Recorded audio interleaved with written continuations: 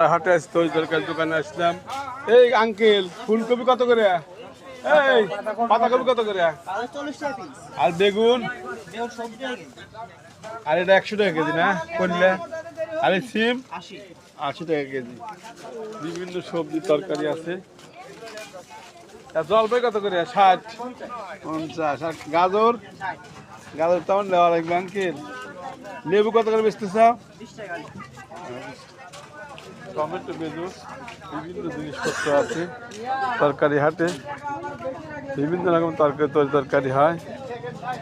আদা কত করে বেচতেছেন ভাই? হাফ কেজি 70 টাকা। আর পেঁয়াজ?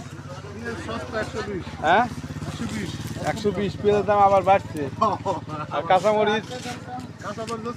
50 টাকা কেজি। এই তো তরকারি বাজার, সবজি বাজার। বিভিন্ন সবজির দাম বিভিন্ন রকম হয়। এক একজনের সবজির দাম এক এক রকম। এই দেখতেছেন শাক 5 টাকা আটি। আর এই যে ধনে পাতা 5 টাকা আটি। বেগুন 40 টাকা কেজি। আর এই খিরা হচ্ছে 60 টাকা কেজি। আর কফি হলো 50 টাকা কেজি। সিম হলো 60 টাকা কেজি। পটল হলো 70 টাকা কেজি।